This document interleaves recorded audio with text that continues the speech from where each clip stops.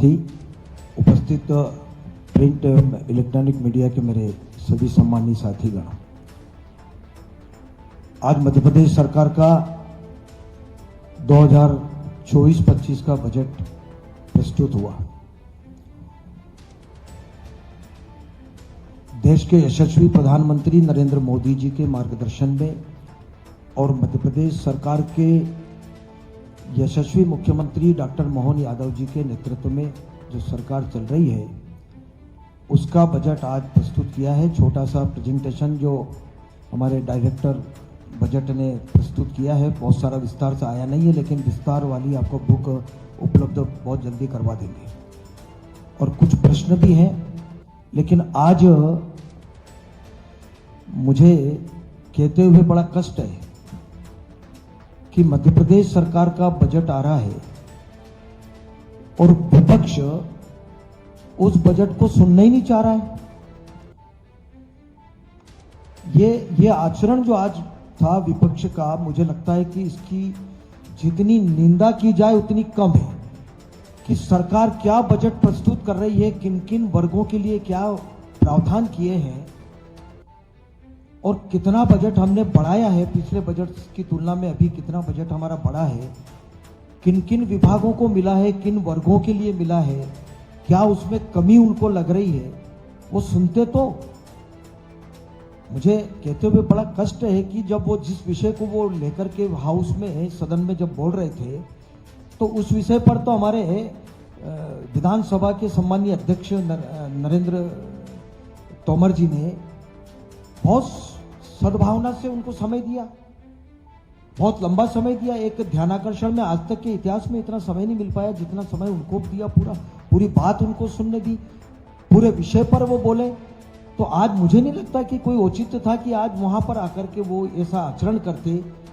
पूरे प्रदेश की जनता देख रही है और भी लोग देख रहे हैं, सारी जनता उसको सुनना चाहती थी, लेकिन उन्होंने आज जो आचरण किया है उसकी तो मैं आज इस हमारे सभी साथियों के बीच में मैं जितनी निंदा की जाए उतनी कम है।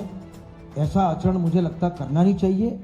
मैं आज इस बजट के संबंध में, चूंकि पहले भी हमने बजट जब प्रस्तुत किया था उसके पहले हमने जनता से सुझाव आमंत्रित किए थे और बजट से संबंधित जो विषय विशेषज्ञ थे उनके भी हमने संवाद, हमने प्रशासन एकेडमी में हमने भी उनको बुला करके उनसे भी संवाद किए थे और भी कई प्रबुद्ध जनों से भी हमने सब लोगों से सुझाव आमंत्रित किए थे। सारे सुझावों को हमारे सभी वित्त विभाग की सारी टीम ने बैठ करके बहुत मंथन किया और हमने पूरी कोशिश की कि बजट मध्य प्रदेश का अच्छा बजट हो। उनके सुझाव को हमने उसमें सम्मिलित करने की पूरी कोशिश की, सुझाव हमने सम्मिलित किए भी हैं उसमें।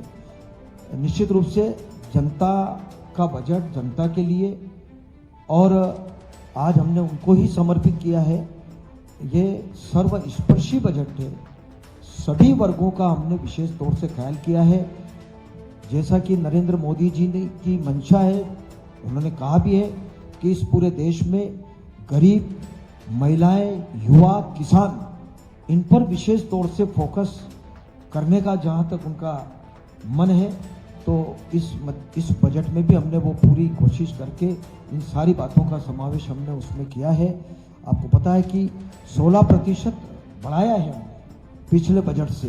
अब जहां तक रहा सवाल कर्जे का, अभी हमारे माननीय सदस्य ने सवाल किया था, कर्जा कोई ऐसी सरकार नहीं होगी इस हिंदुस्तान में प्रदेशों की जो कर्जा नहीं लेती होगी। कर्जा लेना कोई बुराई नहीं है, लेकिन कर्जा लेकर के पूंजीगत कार्यों के लिए व्यय करना और लंबे समय तक के लिए, जैसा पीएस ने सारी बात विशेष तौर से बताई है। पर मेरे सामने तो और पिछला इतिहास अब देखेंगे तो कांग्रेस की सरकारों में तो वेतन भत्ते, कर्जा लेकर के वेतन भत्ते दिए, स्थापना में खर्च किया। लेकिन ये ईश्वर की कृपा से मध्य प्रदेश में भी और कहीं भी भारतीय जनता पार्टी की सरकार में इस प्रकार का कोई अवसर नहीं आया ऐसा कि ऐसा कोई करना पड़े।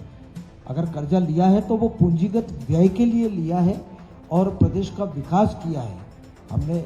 बहुत अच्छी इस मध्य प्रदेश में सड़कें बनी है, कहने की आवश्यकता नहीं है, लेकिन सबका अनुभव है। सिंचाई योजनाएं हमने बनाई है, हमने कॉलेज, स्कूल जो भी डेवलपमेंट हमने तालाब, स्टाफ डैम जो भी करना थे वो सारे विकास के काम करने में हमने खर्च किया है और मध्य प्रदेश में बहुत अच्छा विकास हुआ भी है।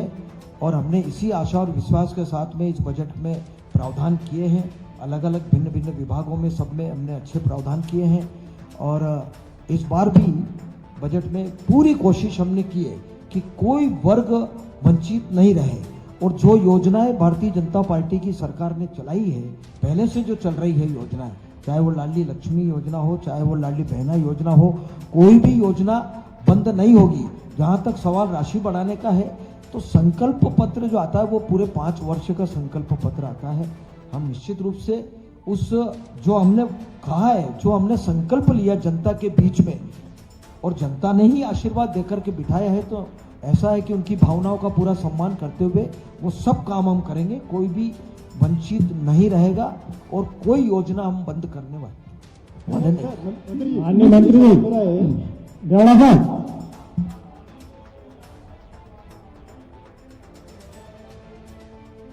भाई 5 वर्ष का संकल्प पत्र है, हम पूरा वादा करेंगे, पूरा वादा पूरा करेंगे, कोई वादा अधूरा नहीं छोड़ेंगे, जो कहा है वो करेंगे।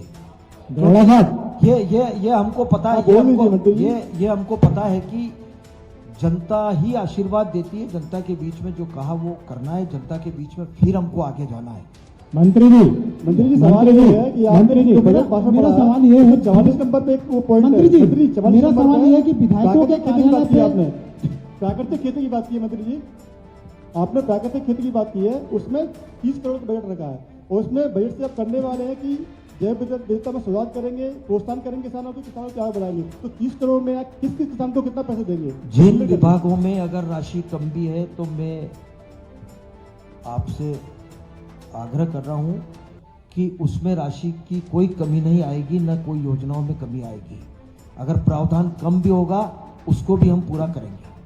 ये मेरी जिज्ञासा ये है कि विधायकों के कार्यालय पे 5 लाख रुपए खर्च करने का प्रावधान है, तो उसमें क्या क्या आप उनको सुविधाएं देने जा रहे हैं 5 लाख में? मंत्री जी ये बता चुके हैं पहले।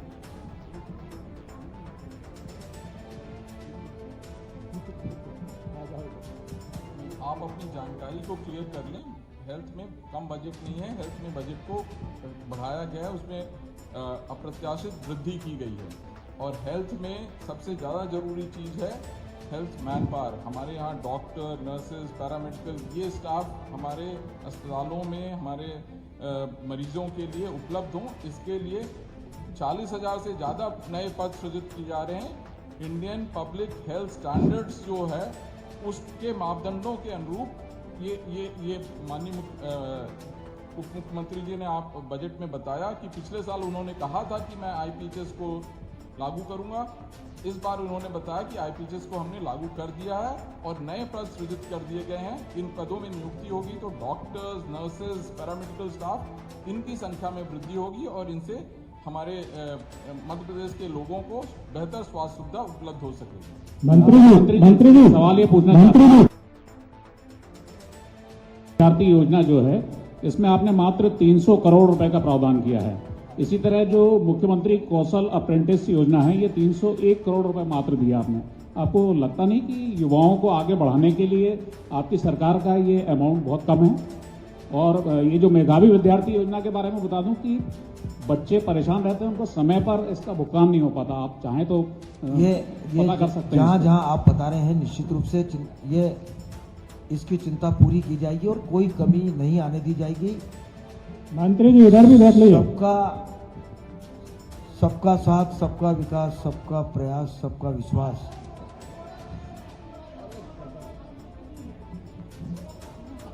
बता देंगे, बता देंगे।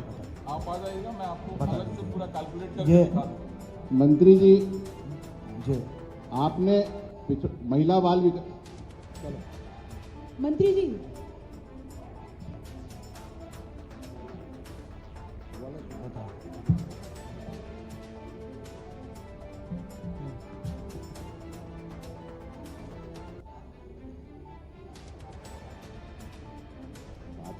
ये इंटरेस्ट पेमेंट का आपका जो क्वेश्चन है, your figures are right and that figure is not way beyond our means. It is within our means, and let me add to that in spite of doing that, we will only borrow to spend on capital expenditure. We are a revenue positive state. Please understand that. We will only borrow and spend in infrastructure. पूंजीगत व्यय हम उससे करते हैं. So 10.4%, yes, we are at that point, but we are not beyond our means. माननीय मंत्री जी, सब आंकड़े ये सारे आंकड़े आपको अभी उपलब्ध करवा दिए जाएंगे. मैं एक एक आंकड़ा जो भी है देवड़ा जी, वो सब उपलब्ध करवा दिए. देवड़ा जी, माननीय मंत्री जी, एक प्रश्न मेरा है. देवड़ा जी, आप प्रधानमंत्री मोदी के मार्गदर्शन में बजट लाने की बात कर रहे हैं.